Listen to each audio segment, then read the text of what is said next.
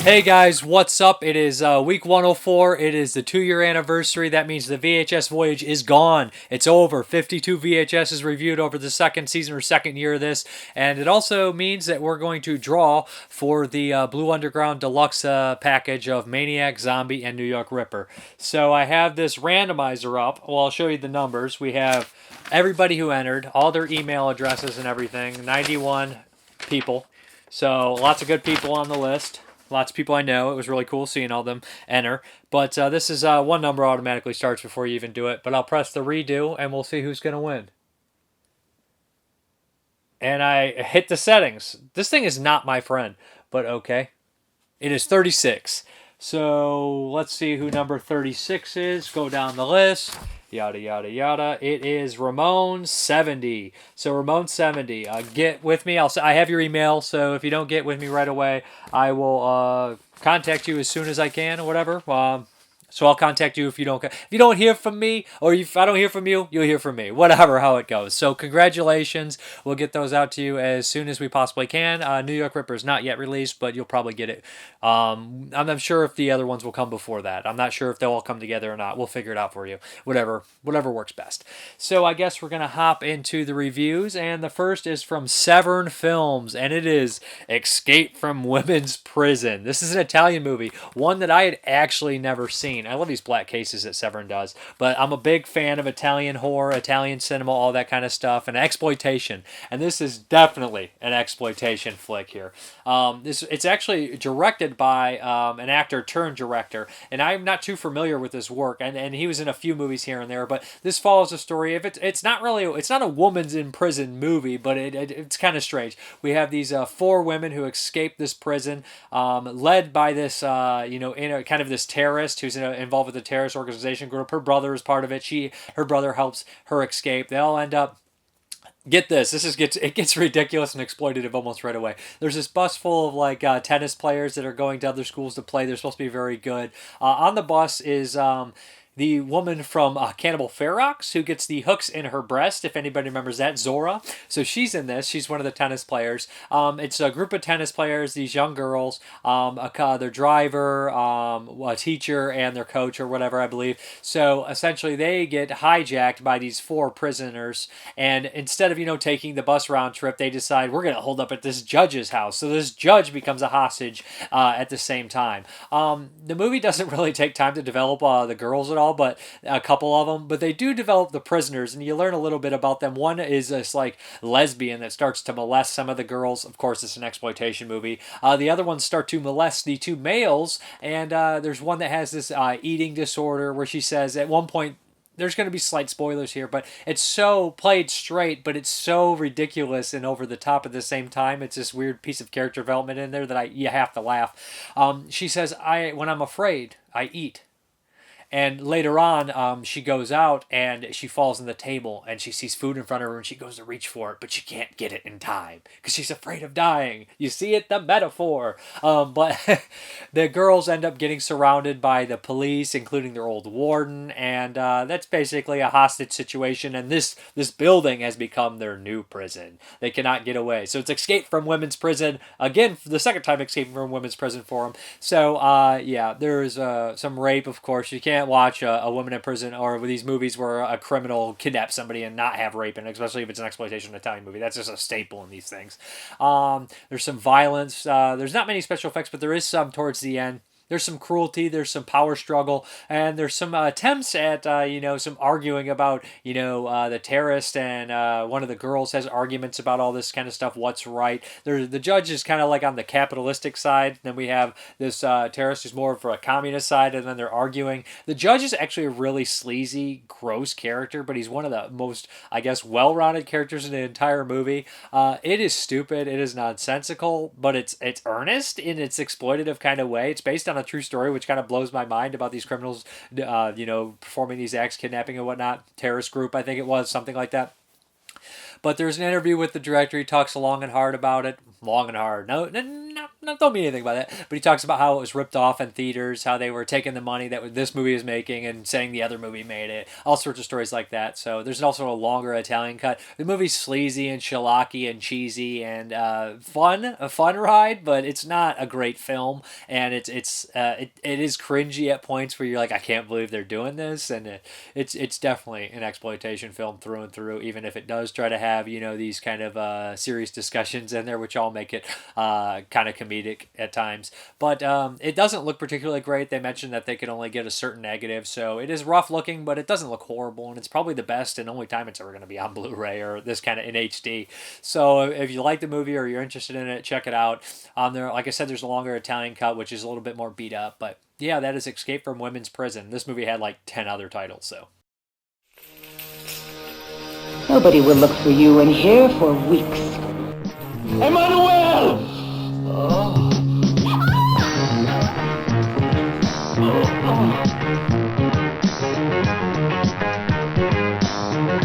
I'm going to crush you the same way you humiliated Francoise.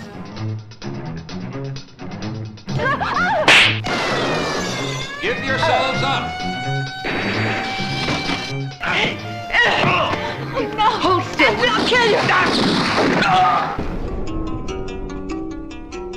Bella e brava. Un avvicendarsi normale. Oh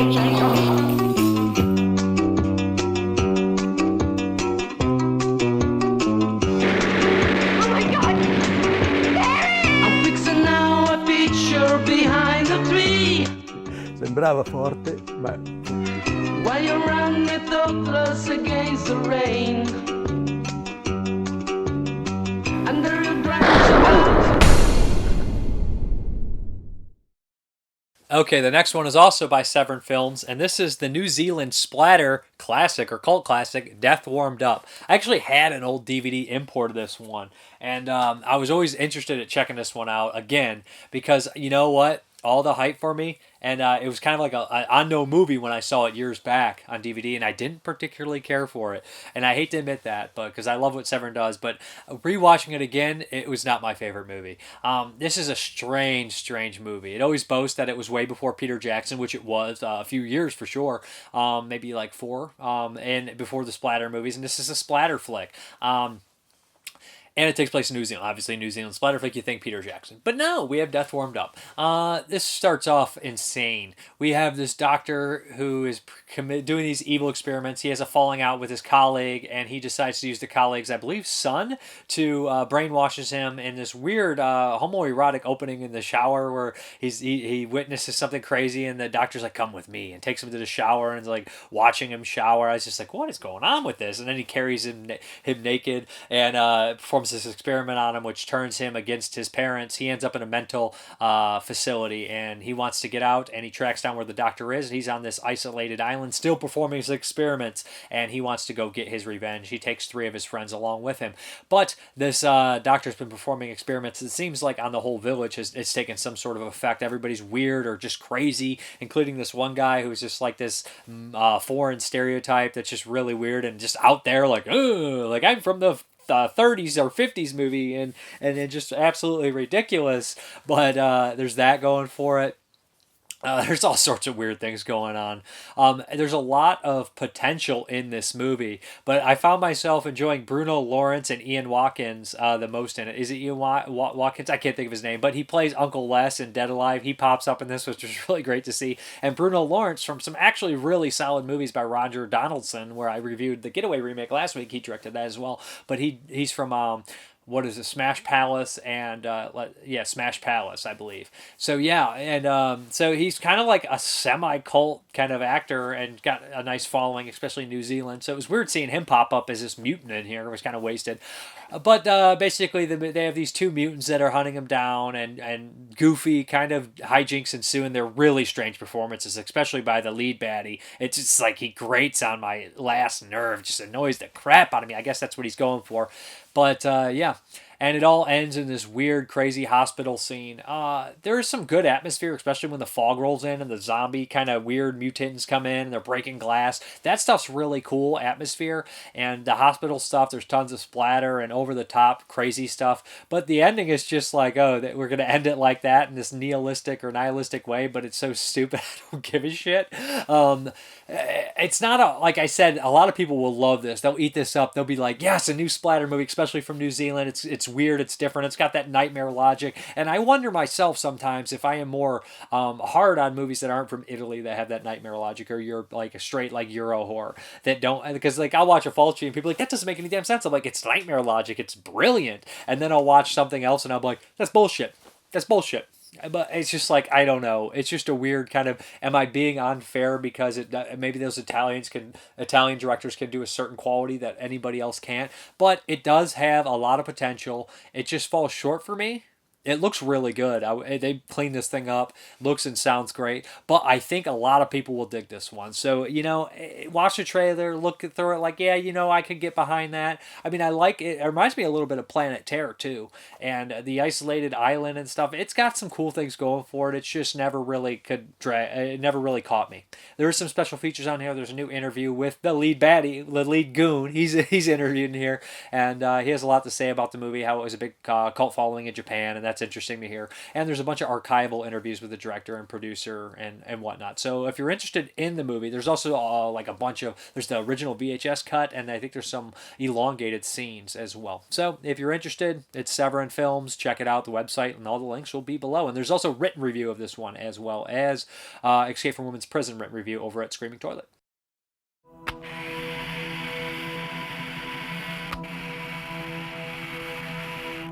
I like to drive, now you see me, now you don't. I like to drive, I got the scars to prove it. I like to drive you home, I like to take you home. I like to drive,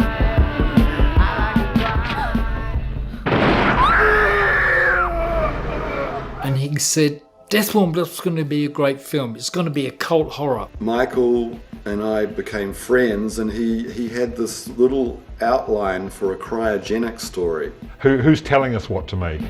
drive me home. Drive me home.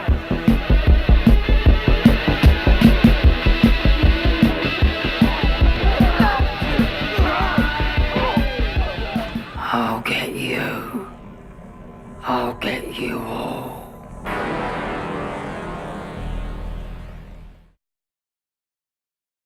Okay, the next one is from Arrow Academy, and this is Mélo. And this is a movie I'm not familiar with. In fact, this is a French film. It's by a director I'm not really familiar with, but it sounded interesting to me. And right off the bat, it's based on a stage play. So that makes a lot of sense, because the opening of this movie is 30-minute scene of this couple and one of their friends talking. Well, there's this couple, they seem happy, they're talking outside, the beautiful background, it looks like a set.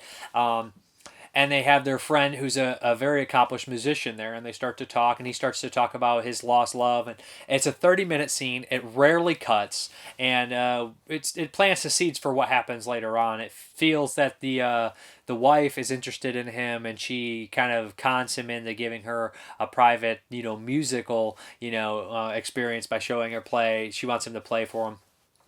And it jumps through these times, and they start to have an affair, and that's pretty much what the whole movie's about. It goes from the beginning of this time when they first met all the way until it ends with these characters. I don't want to spoil too much, and if I talk about it more, it will spoil. But what I do want to say is the movie, it looks great. The acting's top-notch. I'm going to say the opening and the ending of this movie, the minimal cutting, is wonderful, especially when these characters have to hold this tension and hold this suspense. And I was on the edge of my seat, and it's heartfelt, because there is definitely some, jaded people, some sad people, some emotionally destroyed people from what happened.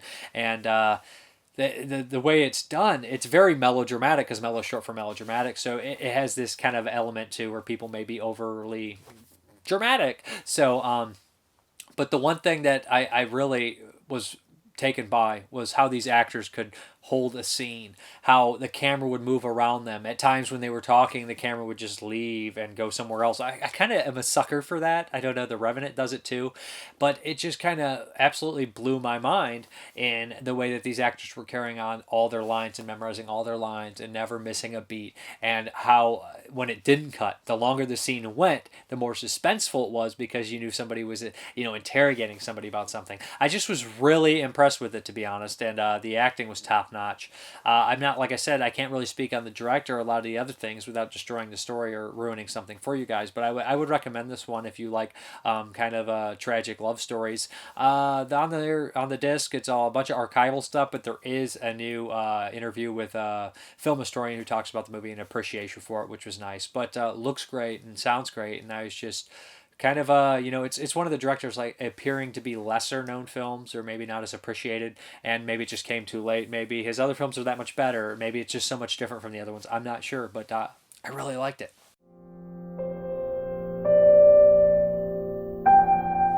J'aurai tant que tu voudras. Vas-y, Pierre.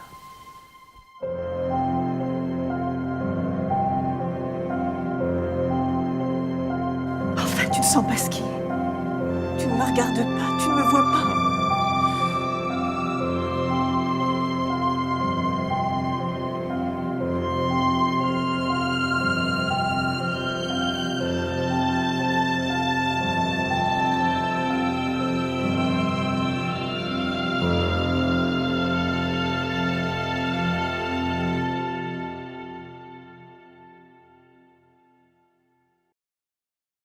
Okay, guys, the next one is a Mill Creek double feature, and it is Black Gunn and The Take.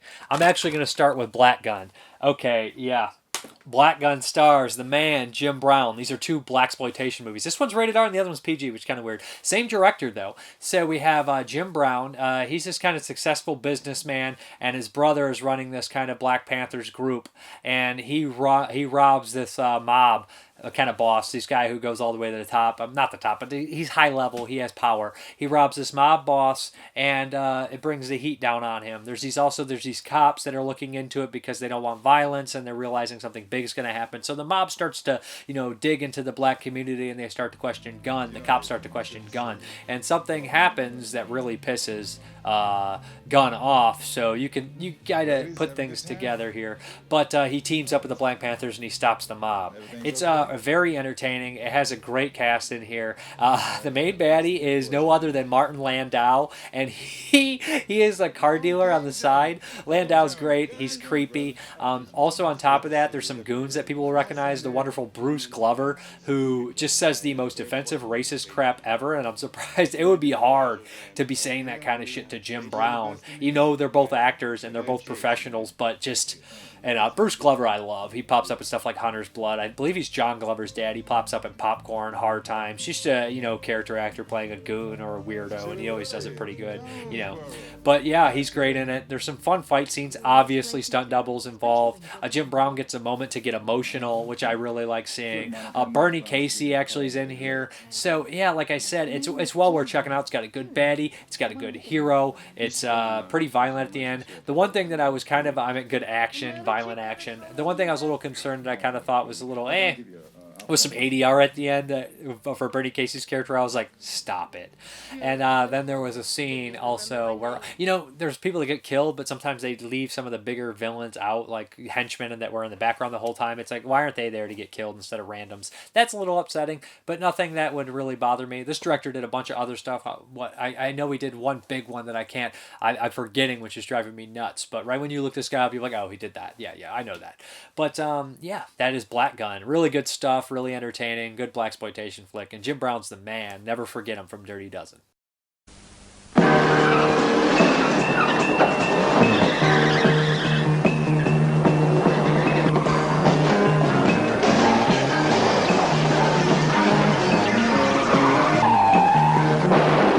Black Gunn. He's gunning for the man and his trigger-happy hoods, and they can't shake him loose. Show those guys some muscle, they'll fall apart like rotten fruit. What do you want, mister? You, Gunn. The man wants the word from you. Then he's out of luck. You're out of luck, black boy. Black Gunn plays it cool. But when the man murders his brother, that's it.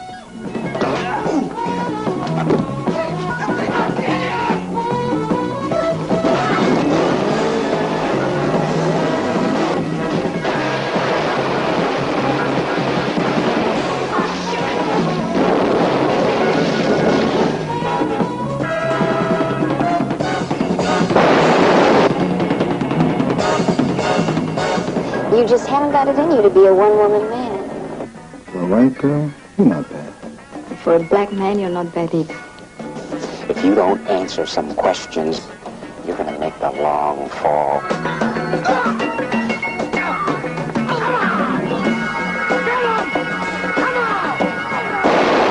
Black Gunn. He can be hit. He can be hurt. But he keeps swinging and striking and coming on strong. Prepare! What do you want? I want you, brother. If it's money you want, you got it. Wrong commodity, Capelli. I want you.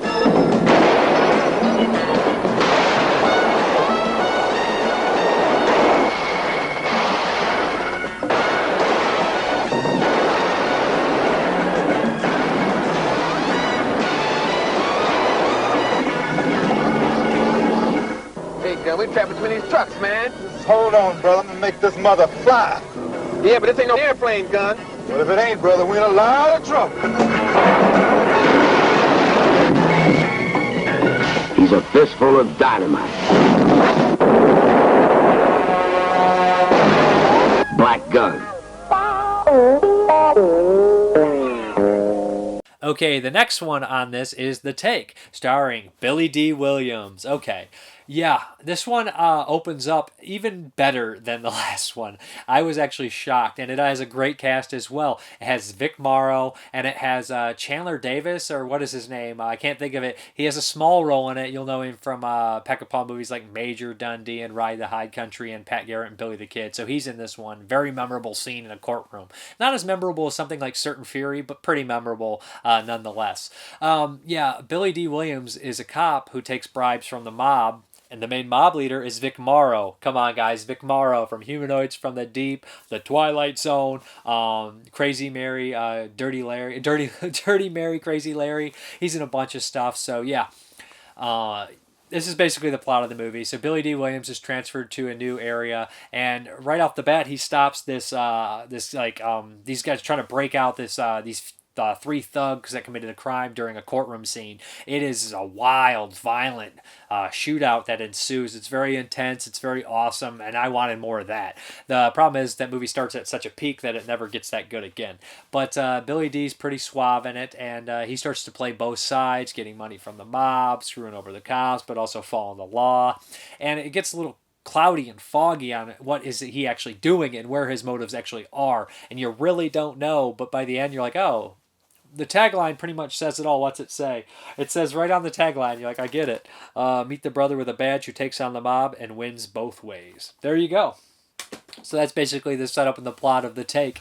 PG, but the opening's super violent, but it's got some weird kind of little fun things in here as well, like Vic Morrow, how he pays off the cops. He'd be like, go check out, he has like a bunch of plants and flowers and everything. He's like, go check out the beautiful flower over there with the rose carnation or whatever. And they'll go in there to be an envelope. It's his bribery money. Yeah. Like I said, it's got a good cast. It's a little bit more different than you would think. It's not a hero movie or a good guy, bad guy movie at all, but the opening is tremendous. I wish it was more like that, but it's not. But both of them looks pretty solid. They sound solid. No subtitles, no real features at all. No, not even trailers. But yeah, they're fairly inexpensive. So there you go.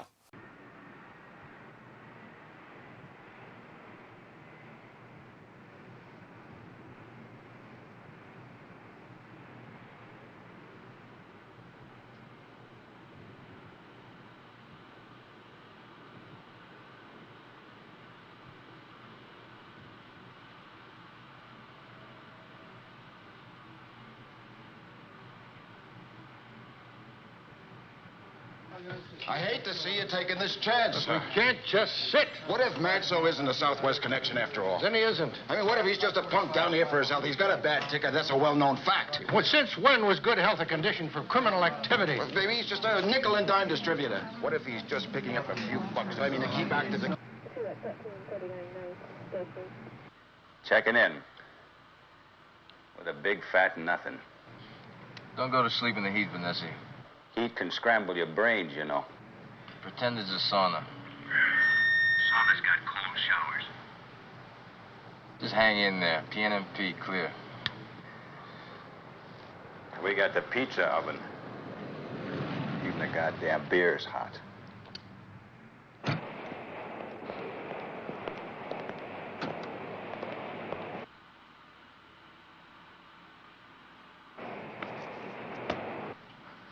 All right, the picnic's over. There goes Manso and some muscle toward the loading dock.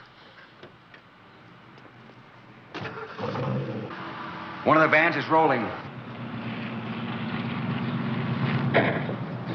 Got it.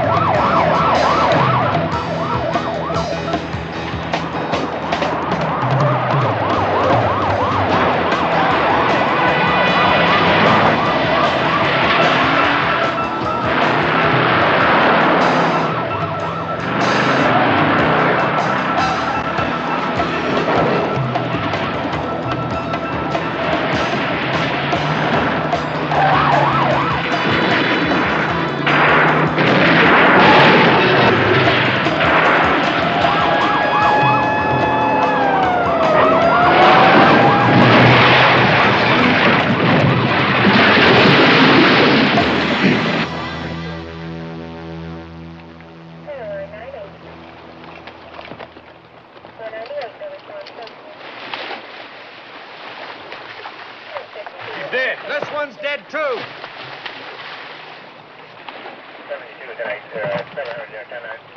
Go.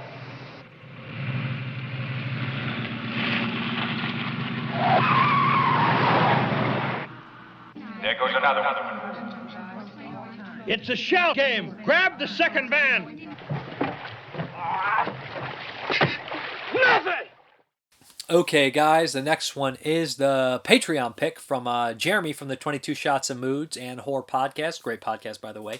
And it is 2006's Children of Men.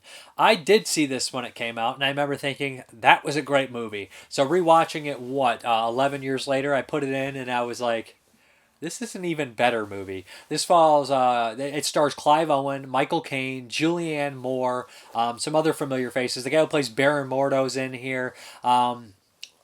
It's based on a book, I believe. And it's definitely fits who's that? Danny so-and-so's in here too. I can't think of his name. Danny Houston. It definitely fits into the time it was made. You know, the Bush administration. So they're like, you know, war and refugees and like Middle Eastern people, screw them. And it's kind of weird now. It's just like, I guess these themes about fear of refugees and fear of that kind of xenophobia never dies out. It's never died out. I know America has a lot of xenophobia and all around the world does too. Everybody's guilty of that. Almost every country is, let's be honest. So... And, you know, some people would argue for good reason. So, this movie, the whole entire world's kind of fallen except Britain. And the whole world was thrown into chaos, and basically the whole world fell to shit because women stopped having children. And so you get all these different groups like the Fishes who fight the government, and this government's very fascist and very violent. And then you get all these religious groups in the mix as well that saying this is God punishing us. And meanwhile, all these refugees, they call them Fugees, are being taken out of Britain and put into this ghetto called Bexhill. And so these people escaped all around the world and like war-torn, miserable, post-apocalyptic worlds to get to Britain, and then they basically get sent into some weird concentration camp. This movie is perfect at showing a gritty, downbeat stuff, and it in flashes, and it cuts away very quick. There's a bombing in the very beginning, and you see a woman stumble out missing her arm, and then it cuts right to the hard boom. Children of Men. And it's just like, that's so much more disturbing than lingering on the shot. It just feels real. You just see a glimpse of something horrible and then it's over. It reminds me a bit of The Revenant as well, because The Revenant would do these horribly mean-spirited things and then take a second and show an act of human kindness in the misery. And Children of Men does that as well. There'll be this moment between two characters that is like, oh, that's touching. And then there'll be a moment of somebody being violently killed or somebody being shot. And it's a high emotion. And at points you see Clive Owen break down. So what happens is the plot of this movie, he is asked to transport a girl, have his cousin get him some papers, falsify some papers so he can transfer somewhere so she can get out of the country and get somewhere else. She's a Fuji, doesn't know much about her. It turns out that she's pregnant. And nobody's had a kid for 18 years. In the opening of this movie, the youngest person on Earth is actually murdered. So there's that. And everybody's crying over him. Even though he was kind of a dickhead, they're crying because it's the loss of that youth. The end basically symbolizing everybody, it's over. It really is all over. So this woman is pregnant and there's some comedy. She's actually funny, but it's appropriately put. And he starts to have to help the fishes get her out of there. But there's some turmoil within the group. I don't want to spoil too much. But what happens is this nonstop kind of adrenaline, a piece where they're running and trying to get out, but it's also downbeat and emotional, and it's just, you love the characters, you're rooting for them, and it's super intense, and the acting's top notch, and all the characters are great. The people you hate, and all the characters. And Michael Caine turns in one of his best performances. And Michael Caine's always good, even if it's a bad movie, but in this one, he has such an emotional and just character that a lot of people will fall in love with. He's like an old hippie that used to write political cartoons, and he's like Clive Owen's only friend. But his whole arc of his character, not really arc, but his whole time on screen and when he comes in and when he leaves, it's just like, now that's a great performance. That's like Academy Award winning performance right there. But Clive Owen's also perfect for this kind of role. He's got that kind of, I really don't want to be here. I'm miserable, but I'm also, can be the heroic type. Think he fits perfect. Like the main girl, the pregnant girl, she's great as well. I like, if I talk more about it, I'll spoil more, but I was just very impressed with how they handled things and how much this movie resonates today still, and how it always resonates, because these things never seem to go away, to be honest. And that's kind of like the next Patreon pick too. It's just always the same things over and over and over again, and these same obsessions and these same problems. I guess that's human nature, but it just feels like, and I don't like that. There's a beautiful scene at the end where everybody stops shooting, and it's just like, so touching. But great movie, great pick. I'm glad I got to revisit it. I watched it on Vudu in HD. I have a HD copy on there. I think I had the DVD and somebody upgraded it. But yeah, great stuff. Love it. I can't really remember when I last had any hope. And I certainly can't remember when anyone else did either. Because really, since women stopped being able to have babies, what's left to hope for? The world was stunned today by the death of Diego Ricardo, the youngest person on the planet. The youngest person on Earth was 18 years, 4 months, 20 days, 16 hours, and 8 minutes old. The ultimate mystery. Why are women infertile? Some say it's genetic experiments, pollution. Why do you think we can't make babies anymore? Doesn't matter.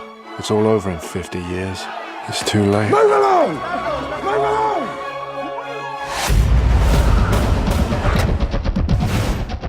Hello, Theo. Have you been? I'm sorry about theatrics. Police have been a pain lately. I haven't seen you for nearly 20 years. Need your help. Not for me, a girl. Need to get her to the coast, past security checkpoints. It's hard for me to look at you. He had your eyes. So why did you come to me? I trust you. Show him.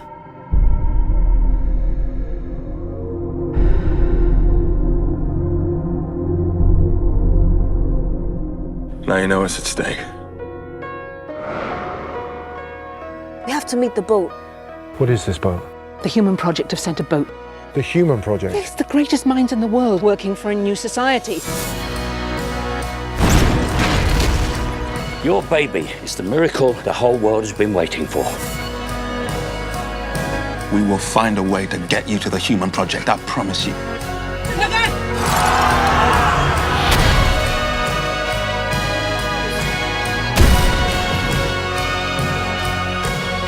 We're almost there, Q.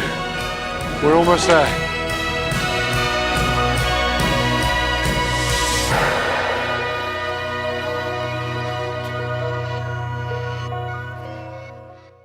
Okay, the next one is a Patreon pick from Chris Rivers, and I don't think he's ever let me down. I think he's given me good titles every time. But it is Talk Radio. Yeah, this is an Oliver Stone movie. It stars Eric Bogashian. I always mispronounce his name. I know him most from the bad guy from Under Siege 2, which is an awful thing to say because he's a much better actor than a Steven Seagal movie would give him to work with, even though he's great in that.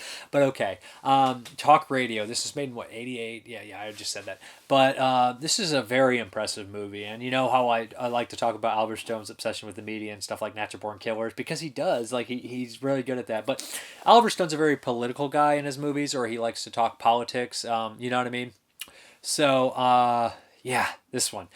He's this kind of shock jockey. I wouldn't necessarily call him a shock jockey, but he has people call in, and then he tears them down. And that's pretty much the whole movie. Alec Baldwin is his boss. There's a bunch of people that pop up in here. John C. McKinley is the guy who screens the calls, and he's dating his secretary or his producer. He's dating his producer, and his ex-wife is involved with everything. But the movie just unfolds over a couple days. He's getting all these threatening calls. And right away, you know, something bad is going to happen. This was all building up to this moment. There's all these people calling. And the subjects they talk about are really what is interesting. And the way that he is so, you know, horrible with the things he says, no matter who it is. At one breath, a neo-Nazi will call and he'll make him feel like, he'll talk down on him, talk like he's an idiot. But then the next second, a black guy will call and then he'll say that he likes Jews because the character is Jewish he's talking to. And he'll call him an Uncle Tom. So it's like he just wants to push people's buttons. He just wants to upset people. And he's like a spiteful person, and as the movie goes on, he wants to think he's doing something, like he's doing a purpose, and that he's something special, and he's like maybe a martyr, not even a martyr, but just somebody that's is out there doing the thing, that this all means something. And throughout the movie, he starts to like get in contact with more of his listeners and starts to think, he goes to like a basketball game and everybody boos him and somebody tells him he's an idiot and stuff, and the way they tell him, like, oh, they dismiss him like he's just a monster or just a piece of shit. And he really is kind of a piece of shit in a lot of ways. And he starts to understand, you know, who his fan base is, who actually listens. There's this really dumb kid played by Michael Wincott. It's like Burnout, and he gets all sorts of demented, twisted calls, and a lot of them very intense and horrifying, and it just performed greatly. But a lot of the neo-Nazi stuff and about Zionist and how Jews run the media, it's just like, man, people still talk about all these conspiracy theories and everything. There's probably some guy watching this right now, maybe, and he's like, because they do, freaking out. It's just like the same old conspiracy theories and themes and everything. Like, in some ways we've come a long way, in other ways we haven't gone far enough. It's just the same weird obsessions that people have and get hooked up on all these things. But the things he tells, he just tears down whoever calls, and he argues with everybody. And there's a lot of really great voice acting in here. I saw Earl Hindman in there, and I was like, hey, that's funny. I think that's Wilson from Home Improvement, if I'm not mistaken, and all sorts of things. But yeah, you'll anybody that likes, they'll spot Bill Johnson from Texas Chainsaw Massacre 2 in here. He's in here for a second. So yeah, but he sees his fan base, and a lot of them are super weird people, and he's just realizes that a lot of the times people just are creatures of habit, just calling to, and he starts to question why he's doing these things. And at one point of this movie, there's a flashback, and I was like, this is very odd to cut to a flashback halfway through the movie. And you realize it reminds me of like the R-rated version of Scrooge, you know, when Bill Murray goes back and you see him before he's such a jaded businessman, and you see a little bit of him here as a suit salesman and everything like that. And you see his relationship with his wife, now he's his ex-wife previously, and you're like, oh, I can see a lot what's going on with him and how he has been changed and how he, you know, kind of started loving the smell of his own shit. And it's interesting. The acting's top-notch.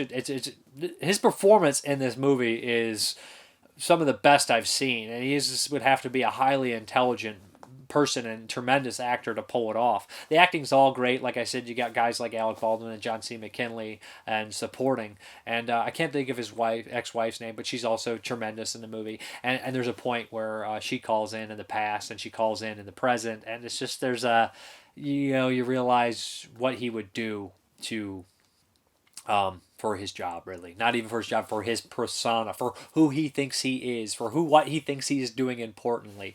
It's just a very good movie. And in all angles, you think he's going to die. People send bombs, and you're just waiting for him to die. You're just waiting to know who's going to kill him. But great movie, great choice. Really dug it.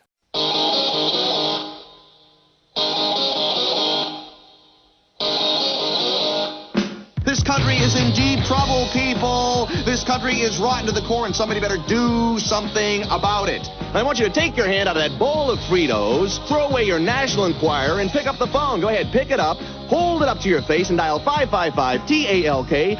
Open your mouth and tell me what we're going to do about the mess this country's in. Talk radio. It's the last neighborhood in town. People just don't talk to each other anymore. Let's go to the first caller. Night Talk, Agnes. Yeah. I Love Lucy. Now, why don't they make more of them? Those shows are ancient, Agnes. Lucille Ball must be at least 105 years old. The rest of the cast is dead. Barry Metrowave's going to be picking up the show starting Monday night. Link it to a national feed. We have a very special guest with us. Kent is the classic American youth, energetic and resourceful, spoiled, perverse, and disturbed. Would you say that's an accurate description, Kent? Barry, you should ask me if you want to have a guest on the show. Why? Because I'm the boss, Barry, that's why. All you have to do is just be nice, okay? Now, easy, Barry. You're part of the problem, you see. I don't care what you think. No one does. He's going down in flames, Dan. So what? You get the package and sent down to the station. See, if I were you, I'd have my pretty assistant give the police a call. Take the bomb squad about 10 minutes to get down Bomb there. squad? Why should I call a bomb squad? Tell me something. I'm curious. How do you dial a phone with a straitjacket on?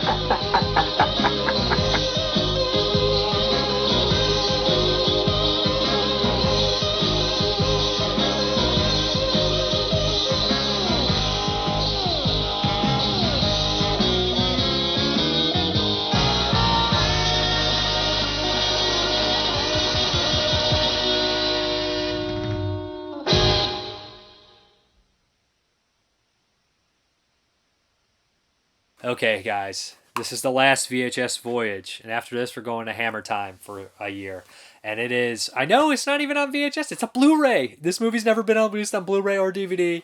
I have a Laserdisc, I have a beta tape, but is the keep on bootleg Blu-ray. So I'm counting it for a VHS Voyage. I wanted to watch something kind of special. I never saw The Keep. 1983, Michael Mann movie, starring Ian McKellen, Jürgen Prochnow, Gabriel Byrne, Robert Prosky. It's got a lot of people in the movie. Scott Glenn. I was like, this is going to be great. Scored by Tangerine Dream. So I'm starting to watch it, and it's just like everybody says, man, it's a damn mess. It's got these great elements to it, and it's a fucking mess. Okay. We have, it's during World War II, these Nazis, kind of Romanian, they're supposed to kind of guard this or be at this Romanian castle. They move into the small town. They're led by Jürgen Prochnow.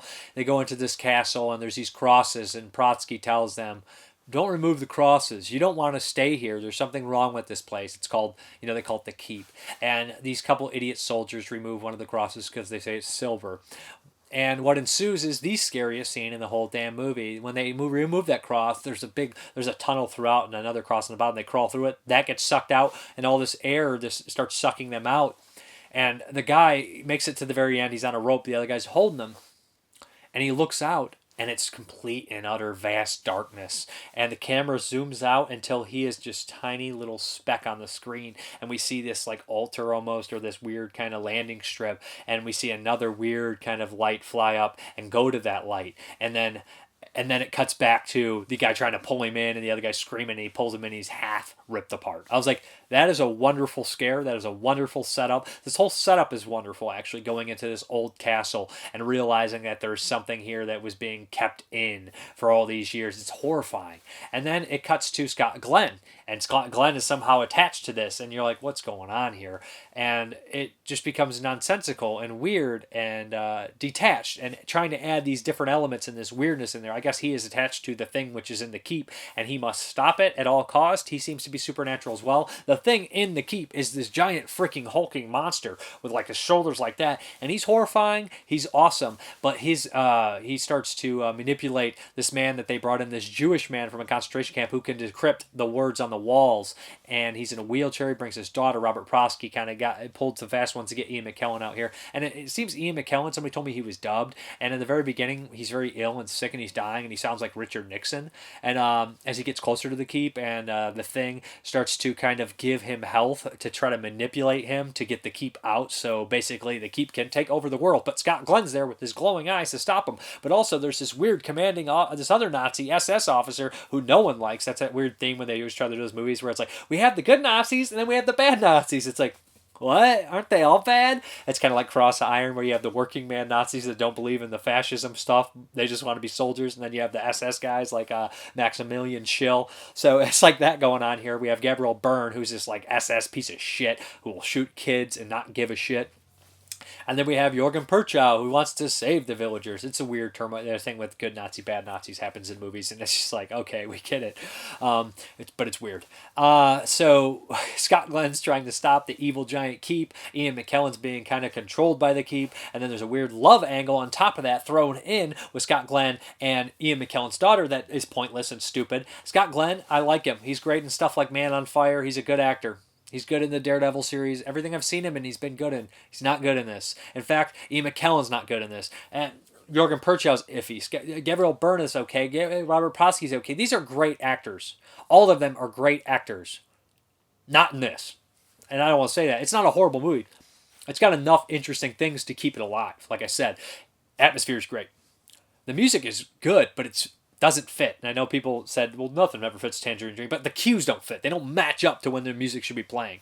It's just a mess, and I know this movie's taken away from him. I know all sorts of trouble. I know Michael Mann never wants it to see the light of day. I think this movie is a few steps away from being a masterpiece, but there's something wrong, like obviously wrong with it. Big time. Like, there's like, this movie was messed up by somebody. Studio interference for sure, but it's a couple steps from being great. Although it falls very short because those steps are missing.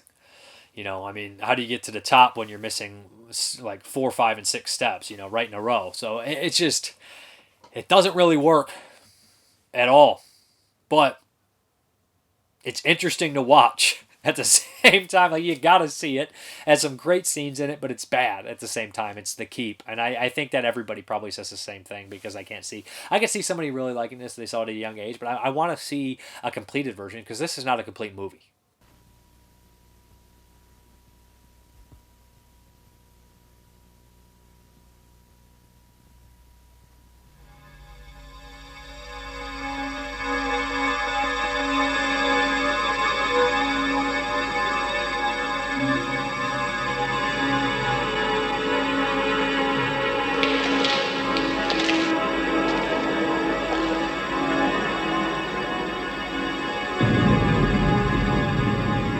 This place?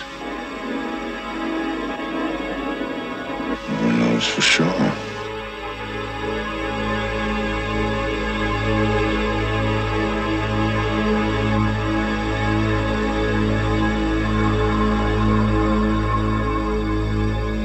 This place was not built to keep anything out.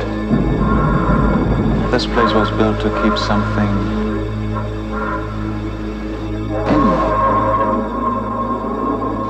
Not stay here. Something has been released. Something. Did you find what you were looking for? Did you expect to find me? What are you? Whatever kills us gets in anyway. Nothing we do, no security works. To me.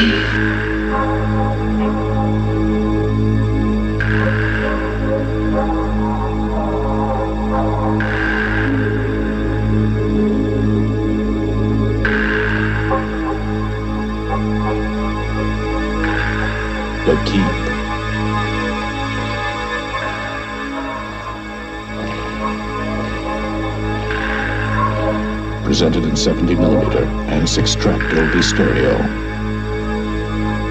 The Keep, coming soon from Paramount Pictures. Okay, guys, we're going to go into the pick a movie. I don't have one to review because Grimhild picked a movie that I couldn't get. It was have been $30, and I wouldn't have got it in time. And I asked him to pick another one because I couldn't rent it anywhere, and I didn't want to illegally download it or anything, and I just didn't have the time to purchase it. So, and then the Mike L never got to me. So, unfortunately, I don't have a pick a movie. I'm going to pick two more. If one of those guys gets to me with something, I will watch it, but I'm going to pick these two because I like to keep ahead because somebody stiffed me on one, so now I've been screwed for like the last couple weeks. Who do we got? We got Peter Engelin. I know he'll pick one. He comments all the time. Good guy. And we're going to go with somebody else, just in case, for my one after that. And it is Chris Leopard, another guy I know personally. I know him not personally, but we know each other on Facebook and chat. So, yeah, that's two guys that will give me something. So, I'm sorry that I skipped your movie, Grimhild. It was just something that I could not get in time. And it just was way too expensive to do the pick a movie on a blind buy like that. And I couldn't rent it anywhere. And I did not want to steal it when it was widely available, but not easily accessible at the same time. So, I guess we're going to go into the questions. Okay? Questions. Nick Mua. You said you and Jeremy feel you have more in common with supervillains. Not a Jeremy, for sure. You guys were villains. How would you take over the world? What would you call yourselves? I do not know how I would take over the world. I'd probably start with a religion or some sort of social media movement. I would call myself anything. If the demon from Stephen King's It was standing before you, what shape would it take? Probably my dead parents. Often people who are oblivious to their friend/partner's evil get mocked or blamed. Dennis Rader's wife. Do you think you would know if someone close to you had a really, really dark side? It depends who it was and how long I'd seen them. There's times when you don't see some of your best friends or family members for months on end, but when you see them, you're like, hey, you're fine with them. So you don't really know what they've been up to. Now, a wife or husband, I think you should know if they're going out at night and disappearing for long periods of time. But Dennis Rader was really slick about it. He'd be like, well, I'm taking the kids out to Boy Scouts. And then he'd let them sleep and go in the middle of the night and do stuff like that. And his job let him get around. So some yes, some no. James Grimmer. Since you watch a lot of movies, have you had any dreams where you interacted with characters from them? I'm sure I've had, but dreams are so hard to remember unless you repeat them right when you wake up. They kind of just disappear, which is weird. And over time, you're not supposed to remember them. That's a different life, and you can't see that life unless you're sleeping. And so I know I have. I know I've had dreams with people from movies in there, but none ring a bell right off the bat. And even if I sat and thought about it, I don't think I could. Tim Hayes, Emmanuel and Francois, he's talking about it. Is this film pretty porny? I know Porno, Holocaust, and Erotic Nights of the Living Dead have hardcore porn bits in them. Emmanuel and Francois doesn't go that far, does it? Not really, but you do see, some genitals from the waist down, which is kind of surprising, and some actual penises and stuff like that. I know a lot of softcore won't do that, and there is an explicit, more hardcore version on there where the wine bottle goes. Yeah, so sort of. It is kind of almost hardcore in the longer version, but not extremely hardcore. 80s film fan. Hey there, question of the week. I asked you recommendations for movies with grimy city setting a while back. You suggested Miss 45. I'd seen and enjoyed a few Abel Ferrara movies at that point. Driller Killer, Bad Lieutenant, New York River, Body Snatchers. But Miss 45 instantly became a favorite for me from his filmography. So thanks for that recommendation. I managed to pick up the Spanish Blu-ray that's Region B compatible. I still need to find a decent copy of China Girl, which you also recommend when I told you I enjoy... Which you also recommend, which I enjoy, Abel Ferrara movies. Yeah, you should grab China Girl. I thought he was asking if he should pick up China Girl. I would, and if you're still looking for one, I know that you're overseas, but if you can somehow get an American Vudu account, it's $6 in HD on Vudu, so that's a high recommendation. You can buy it and watch it whenever you want in HD on Vudu for $6. That's why I want to kind of do that. So, yeah. And answers, basically, last week I asked you guys if I ever got you guys to buy a movie, and did you like it or not. I also asked if there was any other critics that did, but I don't think anybody answered that part. So, Jonathan Wilhelm, your reviews got me to pick up quite a few movies, and I didn't want to do it as a vanity project. I wanted to make sure I was actually not failing you guys. Jonathan Wilhelm, your reviews got me to pick up quite a few movies recently. I picked up some more Peck and Paw titles like The Ballad of Cable Hogue and Ride the High Country. Plus the countless horror movies from the reviews and your pickup videos. Pickup videos and podcasts have been enough sometimes for me to pick up titles, but of course I'm a collector. Yeah, you don't have to pull collectors like me and use ARM too hard. They're like, there's a troll and I'm like, sold. They're like, and the troll's got a machine gun. I'm like, I already was sold. You don't have to tell me he's got a machine gun. But it's just so easy to sell collectors. To be like, well, there's a guy. It's like, and he's got a gun. Sold. I'm sold. But you didn't hear anything about the movie. I told you I was sold. Okay, and then we have Matt Brown.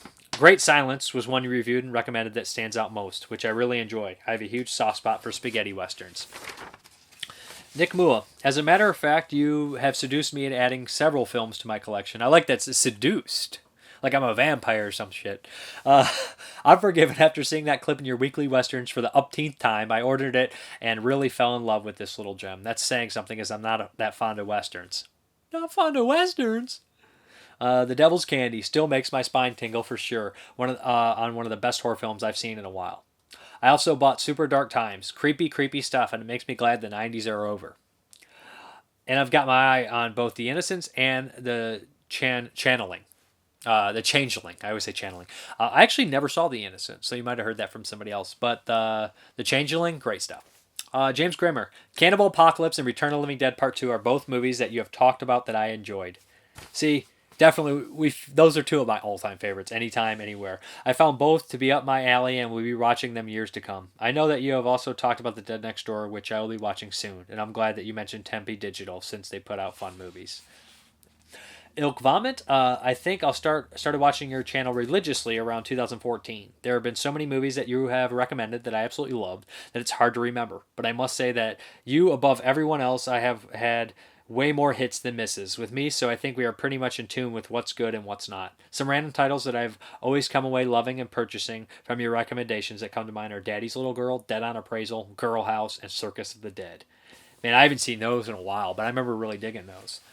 The Wicker Boy. From your recommendation, you got me in the Dustin Mills film Zombie A-Hole. That was the review. That got me hooked. Domino D. I've bought quite a few movies because of you, more than I can even list. Devilfish and Bloodbeat are two that come in mind, and I love those films.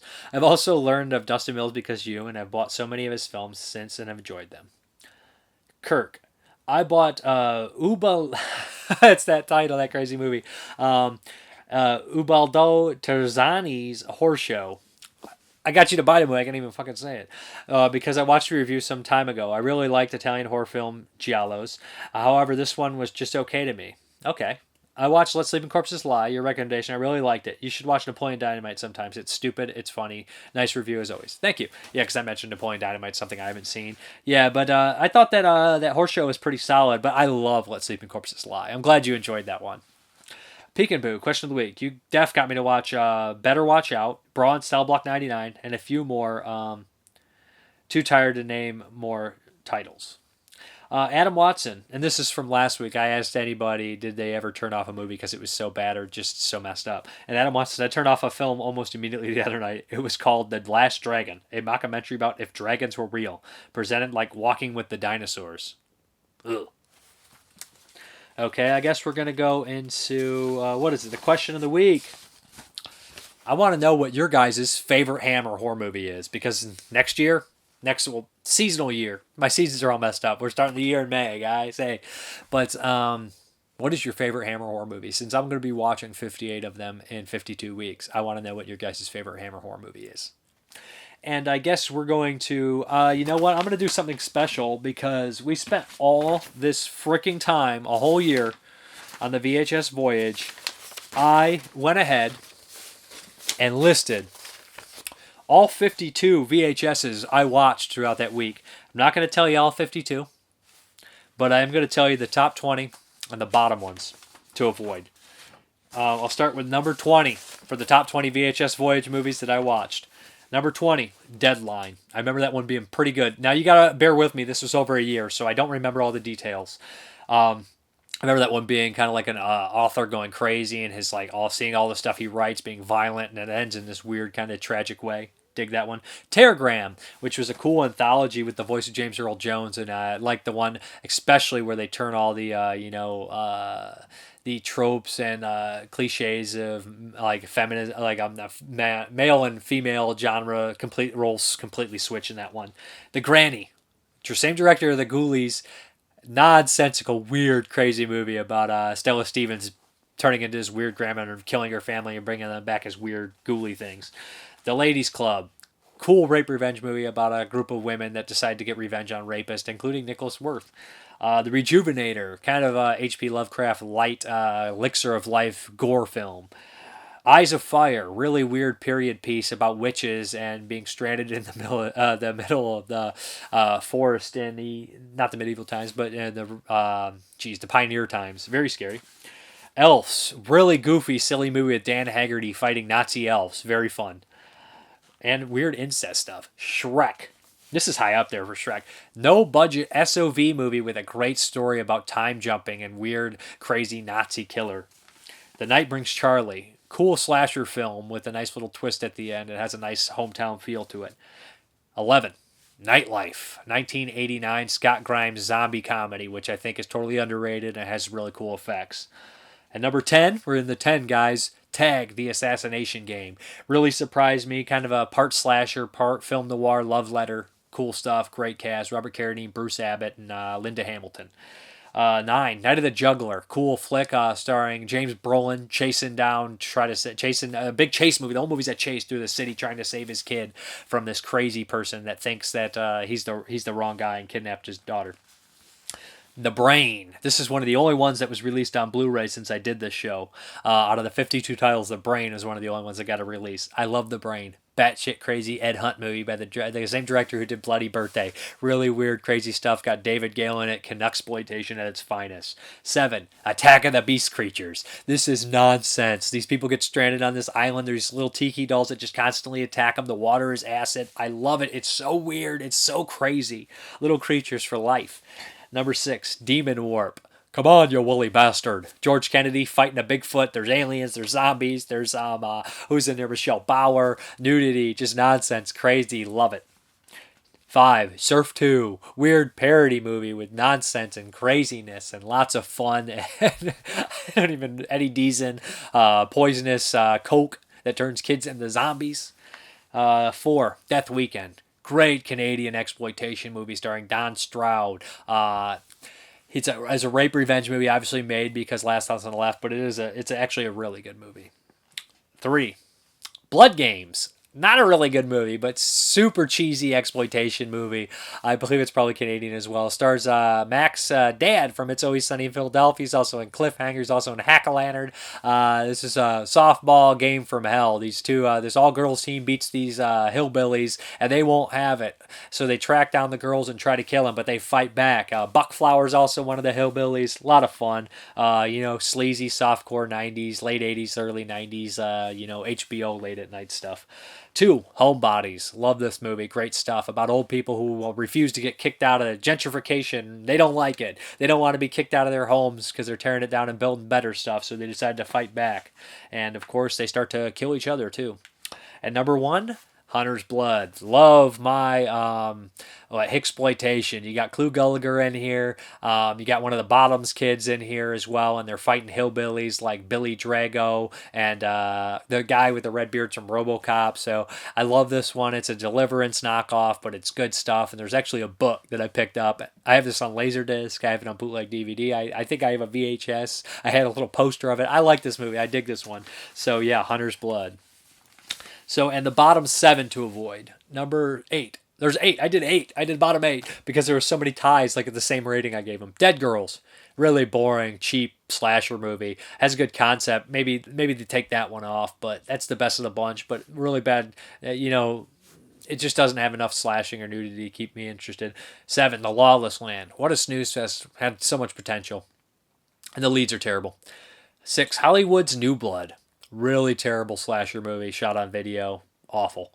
5, Home Sweet Home. Really terrible slasher movie. Almost all of these are tied. Like 3 through 8 are tied. They're all terrible. Home Sweet Home.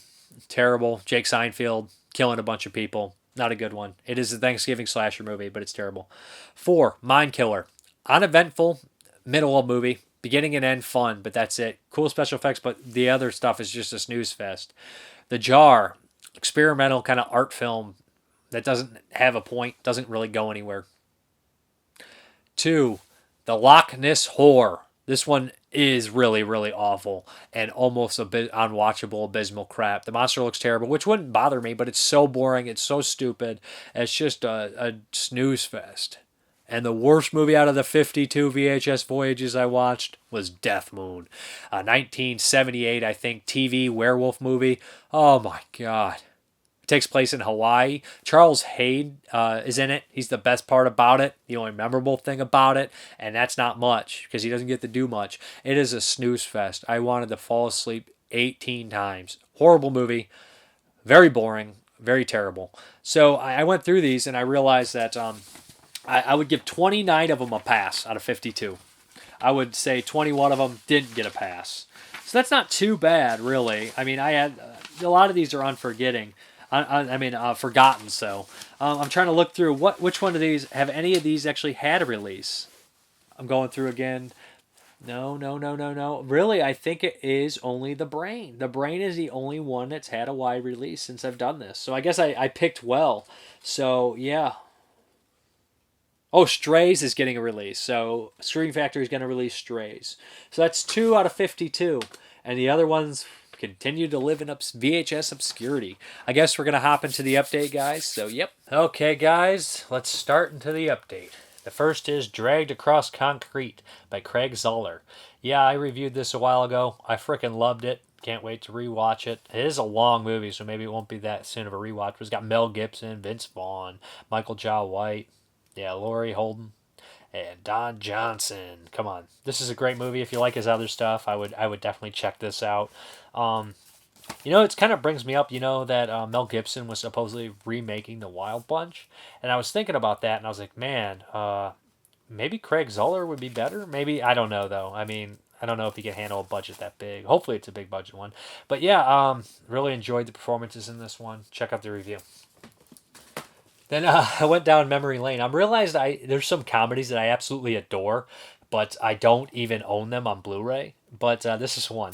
This is Billy Madison. I know it's not like fine art, but I don't think there's a movie, top 5 movie for sure, that can make me laugh this hard. It's just maybe it's the SNL nostalgia from all these guys from SNL in there, like Adam Sandler and Chris Farley and Norm Macdonald. But I love this movie, along with stuff like Dirty Work. And the next movie I'll be pulling up.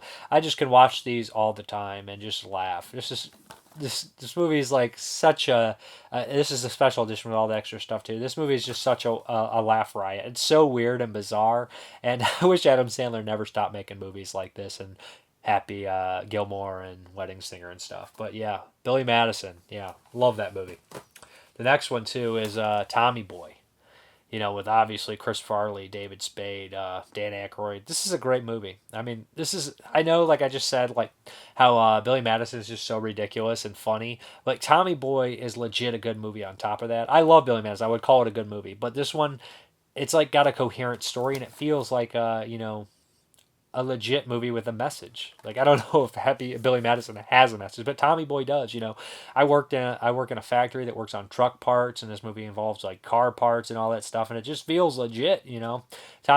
Chris Farley is just such a lovable guy, and his dad, played by Brian Denny, he is perfect.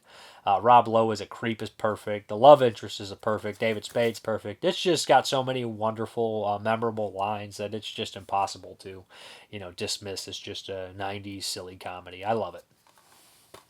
We got some DVDs. We got Baxter. This movie I wanted to see for like 20 years and I never bought the DVD. It looked like it might be going out of print. I doubt it, but it just thought it might be. I think it's a French movie, so I decided to pick it up. Wasn't very expensive. Cute dog or cunning killer? I like killer dog movies, killer animal movies in general, so yeah, why not?